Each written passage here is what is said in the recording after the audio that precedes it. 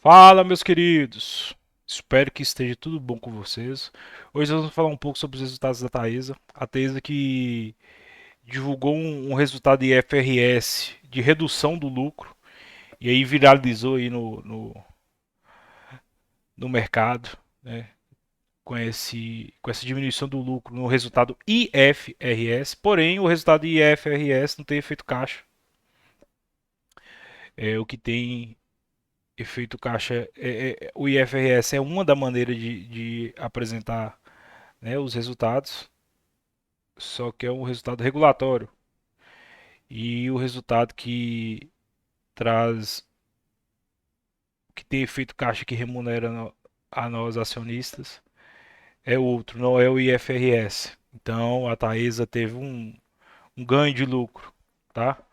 Esse ganho de lucro é perceptível aqui no final do quadro de ajuste de RAP, né? No ciclo 21-22 estava na casa de 3,5 bi e no ciclo 22-23 foi para 4,1, né? Total de RAP. Então a RAP cresceu, tá bom? É... Mas vamos lá, vamos aos principais pontos de destaque do resultado da Taesa. É... Algumas concessões tiveram redução de 50% na RAP. Então, quando a linha de transmissão chega no 16º, na verdade, tem três tipos, né, de concessões de linha de transmissão. Um deles é o que, quando chega ao 16º ano de operação, ele tem uma queda de 50% na RAP, na receita anual permitida, ou seja, a empresa recebia X para disponibilizar essa linha de transmissão e a partir do 16º ano de operação ela vai receber meio X, né? O X cai 50%, é só metade, tá bom? Então todas essas concessões aqui estão entrando no 16º ano de operação nesse ciclo atual, 22-23. Lembrando que o ciclo aqui é do meio de um ano para o meio do outro. É igual a temporada europeia de futebol. É de julho a julho. Então, todas essas concessões aqui estarão entrando no 16º ano de operação dentro do ciclo 22-23. E terão para os anos seguintes uma redução de 50% da RAP, tá bom? Algumas dessas daqui eu até marquei em amarelo aqui para vocês, tá bom? Percebam também que algumas linhas de transmissão elas não têm 100% de perda na RAP. Por que isso acontece? Imagina aí que você tem uma linha que é entre o ponto A e D. Então tem A, B, C e D, correto? Você tem que criar a linha de transmissão entre esses quatro pontos. Porém, já existe uma linhas próximas da Taesa do ponto A e C. Aí, na hora de fazer o projeto, o pessoal é planejado isso, obviamente, fala assim, não, vamos conectar aqui primeiro esse ponto B e C, que aí a gente já disponibiliza junto com essa rede que nós temos lá perto, entendeu? Então facilita, a gente pode iniciar o recebimento da RAP mais rápido, entendeu? Por causa que esse ponto B e C vai se conectar. Então eles fazem primeiro o ponto B e C, aí depois vai do B para o A e do C para o D. Ou seja, conclui o projeto. Entendeu? Então uma parte ela é feita primeiro. Portanto, pode ocorrer esse tipo de coisa. Por exemplo, essa Transirapé, 61% da RAP entrou no 16º ano de operação. Então 61% daquela linha de transmissão ali foi feita primeiro do que os outros 39%. Entendeu? Entrou em operação em um ciclo e os outros 39% entrou em operação em outro ciclo, portanto será ajustado no outro ciclo, entendeu? Mas deu para visualizar aí, né? Tá bom. Então, entendido isso, outra coisa que eu vou explicar para vocês é que essas datas, embora que eu não tenha colocado as datas específicas, até porque não tinha necessidade também, mas cada evento desse daqui tem uma data específica. Então, por exemplo, vamos aqui para essa ATE2, 100% da RAP, tá vendo? Essa ATE2 aqui. Aí você vem aqui na tabela, ela já reajustou a queda de RAP. Tá vendo que a RAP reduziu? Enquanto que a ATE1, que também vai ter uma redução na RAP, ela ainda não reduziu, tá vendo? Ela foi de 122 para 75, enquanto que a outra foi de 273 para 211. que isso quer dizer? Isso daqui é o resultado do quarto trimestre de 2022 e também o resultado anual. Então, até dezembro de 2022, até o final de dezembro de 2022, a ATE1 ainda não tinha sofrido a punição de perda de 50% da RAP, mas a ATE2 já tinha sofrido a punição de perda de 50% da RAP, entendeu? Ou seja, aconteceu anterior ao final de dezembro de 2022, enquanto a ATE1 acontecerá, ou talvez já tenha até acontecido, nós estamos em 1º de abril, porém, é, é, vai ser reduzido no próximo resultado, tá bom? Então, beleza.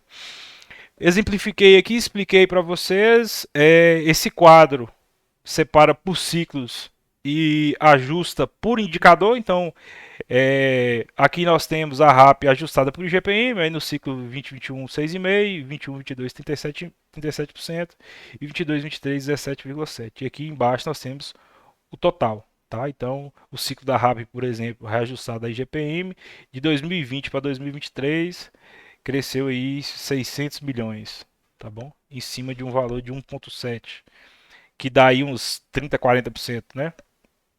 Tá? Ou mais. 6 ali vai dar por aí, 50% quase. Enquanto que aqui é o ajuste do IPCA, tá bom? Então aqui nós temos as linhas de transmissão reajustadas pelo GPM e aqui nós temos reajustadas pelo IPCA. Novamente, ciclo 2021 1,9%, ciclo 21-22 8,1% e ciclo 22-23 11,7%. Aqui embaixo nós temos o total, tá? Então, do ciclo 2021 1,1 bi se tornou hoje 1,7 bi. Então, essa é a principal vantagem competitiva do business, da natureza do negócio de transmissão. O reajuste. Só em reajuste inflacionário, uma tabela foi reajustada em quase 50% e a outra aí mais de 50%, né? Porque aqui seria 550 milhões aqui, subiu mais que isso, então foi reajustado em mais de 50%, tá? E o total, o ciclo 2021 saiu de 2,8 bi para 4,1, né? Então perceba a qualidade e a questão defensiva que esse business tem. Por isso que transmissora assim, é o filé do business de energia elétrica, né? Quando a gente fala de geração, transmissão e distribuição, e que todo mundo fala, né? Quem já conhece do tema sabe que a transmissão é extremamente o filé né? É o melhor business desse mercado, é exatamente por causa disso aqui, por causa dos reajustes inflacionários, tá? Então, beleza. Somando todas essas perdas, nós teremos uma perda máxima aí de 622,15 milhões na RAP. Tá? 622,15. Memorize esse valor aí. E agora nós vamos falar um pouco dos projetos de construção. Proporcional à participação do Taesa. Né? Então tem um custo de implementação, que é o CAPEX, é o quanto que vai se gastar para implementar. Até 2022, esses 3 primeiros projetos aqui, Mariana, Miracema e Janaúba, já estão concluídos. Né? Já não está tendo gastos com eles. E tem outros 7 projetos aqui que a Taesa já está em processo de construção. A Santana ainda não houve investimento de capex aqui em 21 e 22, não sei porquê, mas teve nos outros anos. Enfim, a Taesa está investindo aí para crescer. É isso que esse quadro mostra para a gente, em 7 projetos. Tá bom? Deixa eu dar um zoom aqui para explicar esse quadro aqui para vocês. O que esse quadro aqui exemplifica? Isso aqui são os leilões vencidos, né, e os prazos e as informações sobre esses leilões até a implementação, tá bom? Então aqui são essa parte que eu não colori aqui são os projetos mais antigos que já foram concluídos recentemente, né? Então 2020, 2019, 2020, até tem um aqui em 2022 que eu deveria ter marcado, mas eu pulei. Devia ter estendido essa linha amarela para cá, tá? Em amarelo, os que entraram em funcionamento, né? Foram concluídos recentemente. Então, 21, 22 e 22. Aqui nós temos em vermelho os próximos que serão concluídos, né, no futuro, e eu marquei de azul os que estão muito próximos de serem concluídos, né, que é Ivaí e Santana, tá? Aqui já tem os valores de RAPs que serão adicionados ao caixa da empresa quando entrar em operação, tá?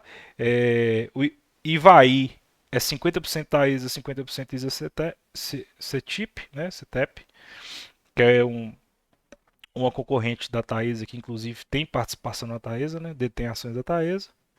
E, enfim, o projeto está em andamento, mas perceba que todos os projetos da Taesa são normalmente concluídos perto do prazo de conclusão da ANEEL. Então, estima-se que em março de 23 e agora agosto de 22, né, já teria terminado essa conclusão, já teria concluído a instalação dessa linha de transmissão aqui, tá bom?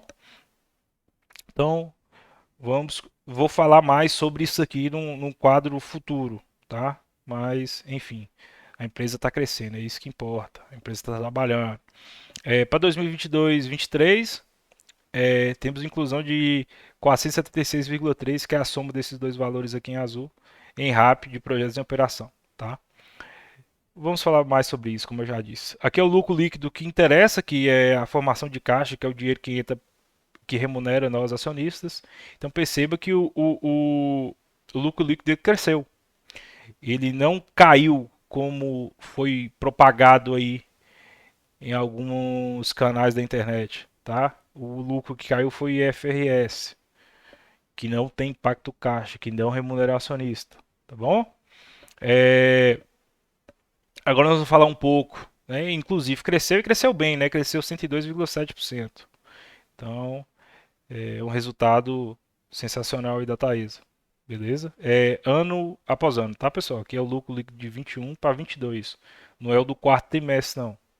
Tá? Também tivemos um crescimento aí do EBITDA de 24,2% e um crescimento da margem EBITDA de 82,5% para 84,5%. Então, tudo excelente aí. Os empreendimentos que foram recentemente concluídos, a gente viu lá no gráfico, né? Então, este que eu não marquei aqui, Janaúba, Aimorés, Paraguaçu, Ivaí e Santana. Então, eles aqui. Aí a Thaisa vem aqui com o mapinha, mostra onde é que a linha de transmissão vai ser, qual o percentual que é dela mesmo, qual a distância, quantos quilômetros de linha de transmissão e qual que é a RAP que a disponibilidade dessa linha vai se tornar caixa aí para a empresa, né? Quanto de dinheiro vai entrar. Então, eu somei esses valores que são os empreendimentos que foram recentemente concluídos e que estão sendo recentemente concluídos, já que dois deles ainda não foram concluídos, né? Vai agregar no balanço da Taesa 682 milhões de RAP, né? 682 milhões de reais de RAP. Voltando aqui, como eu falei para vocês memorizar, houve uma perda nesse ciclo de 622. Então, ele está mais do que recuperado aqui com esses empreendimentos recentes. Vale frisar que tem mais 4 lotes aí de leilões vencidos pela Taesa, né?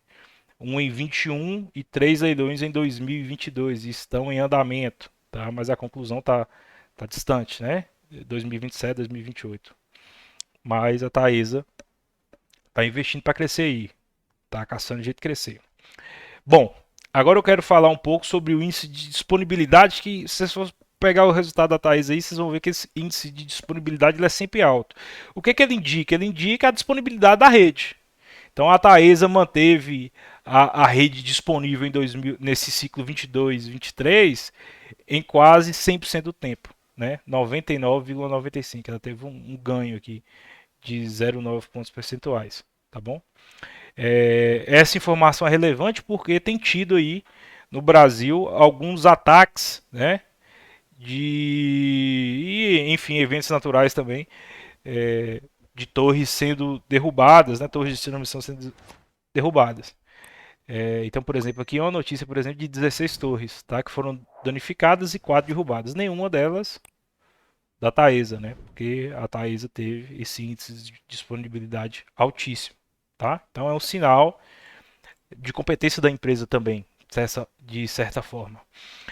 Aqui nós vamos dar uma olhada na dívida líquida e no perfil de amortização da dívida, tá? E eu queria que vocês observassem o seguinte: a dívida líquida da Taesa, ela cresceu de 8 para 9 bi. Porém, a relação dívida líquida e EBITDA reduziu. Então, isso é o que acontece quando você tem uma empresa com margem EBITDA absurda de 84,5. Mesmo crescendo ali bastante, né, a sua dívida, a empresa gera tanto caixa que a relação dívida líquida EBITDA reduziu, né? Então, assim, meia vez, né, 0,5 vezes. A empresa tem em caixa 1,3 bi, tá? Que é mais do que o suficiente no quarto trimestre, no caso, para arcar com a dívida de 2023 e metade da dívida de 2024. Então a empresa, quando nós olhamos aqui pelo ciclo, né? Então até meio de 2024, o caixa já está disponível para pagar a dívida. O que sugere também a empresa permanecendo distribuindo quase a totalidade dos seus lucros como dividendos, né? Pelo menos até pelo menos até, sei lá, metade de 2024, ela deve permanecer distribuindo dividendos aí altíssimos, tá? Já que ela não tem muita amortização para fazer. Porém, 2026 aí tem uma quantidade relevante para ser pago, né, de dívida daqui 3 anos, e o grosso da dívida mesmo tá lá no longuíssimo prazo de 2028 para 2044. É uma das vantagens também do business da Taesa. Então a Taesa pega dívida a prazos muito longos, investe e cria as linhas de transmissões que vão remunerar ela corrigida a inflação, tá? E um business com a margem EBITDA altíssima, e ela vai lidando com essa dívida aí no longo prazo, tá? Que também é corrigida por índice inflacionários normalmente, né? Então, o custo da dívida real é 5,2 pré-fixada, então 5,2 mais alguma taxa, ou 4,1 pós-fixada, ou seja, alguma taxa mais 4,1. Prazo médio da dívida aí de 5,1 anos. Então, essa é a natureza da dívida da Taesa, e aqui ela exemplifica também a questão do CDI e do IPCA, né? Então, 72% da dívida reajusta pelo IPCA e 27,4% pelo CDI, né? Num business que teve um reajuste de 40% no IGPM, por exemplo, num ciclo específico, você só paga IPCA e CDI, que está bem abaixo desse IGPM, né? Na casa aí dos 12, 13,5%, né? Aí aqui eu comento que gera tanto caixa que mesmo aumentando a dívida, a relação de dívida por EBITDA reduziu e o perfil de amortização da dívida, igual eu já comentei com vocês. Sucesso dos últimos leilões, novos reforços, tá? Então, aqui são os projetos aí que a Taesa vai desenvolver nos próximos anos, né? São os leilões vencidos em 2021 e 2022, o quanto que vai ser adicionado em RAP, né, para o caixa da empresa a partir do momento que eles estiverem funcionando, e o CAPEX que vai ser o que vai ser gasto em cada uma dessas linhas. Então, por exemplo, reforço Nova Trans, 263 milhões serão gastos para conectar esses dois pontos com linha de transmissão, e após conectado e funcionando, haverá uma RAP de 45 milhões. Entendeu? Então, esse gráfico aqui correlaciona com o que você está vendo aqui. E a saíra, como é que é? A saíra, você vai gastar 1,1 bi para conectar esse ponto aqui no Rio Grande do Sul, esses pontos no Rio Grande do Sul. E após conectados, você vai receber 167,7 milhões anual, corrigido por algum dos índices, né, ou IGPM ou IPCA, anualmente. É assim que funciona o business, né? Então, novos empreendimentos aí com 4,55 bi de investimento e quase 500 milhões de acréscimo rápido. Então, empresa sadia, um business, talvez o melhor business da Bolsa Brasileira, com toda a robustez aí por ser, né, de um business de energia elétrica. A humanidade não vive sem energia elétrica mais, né? Então é uma empresa bastante perene e com muitas vantagens competitivas. Tá? Gosto muito da Taesa e, se eu não me engano, hoje ela é a minha maior posição, inclusive, em carteira. Porque eu comprei abaixo ali de R$ 23, né? Na época, quando eu aportei. Bom, pessoal, é isso. Esses são os resultados da Taesa. Peço que você se inscreva, deixe um like, compartilhe com quem possa se interessar. Tá? Me ajuda aí, porque o YouTube não tá me ajudando, não. Tá bom? Obrigadão. Fique em paz.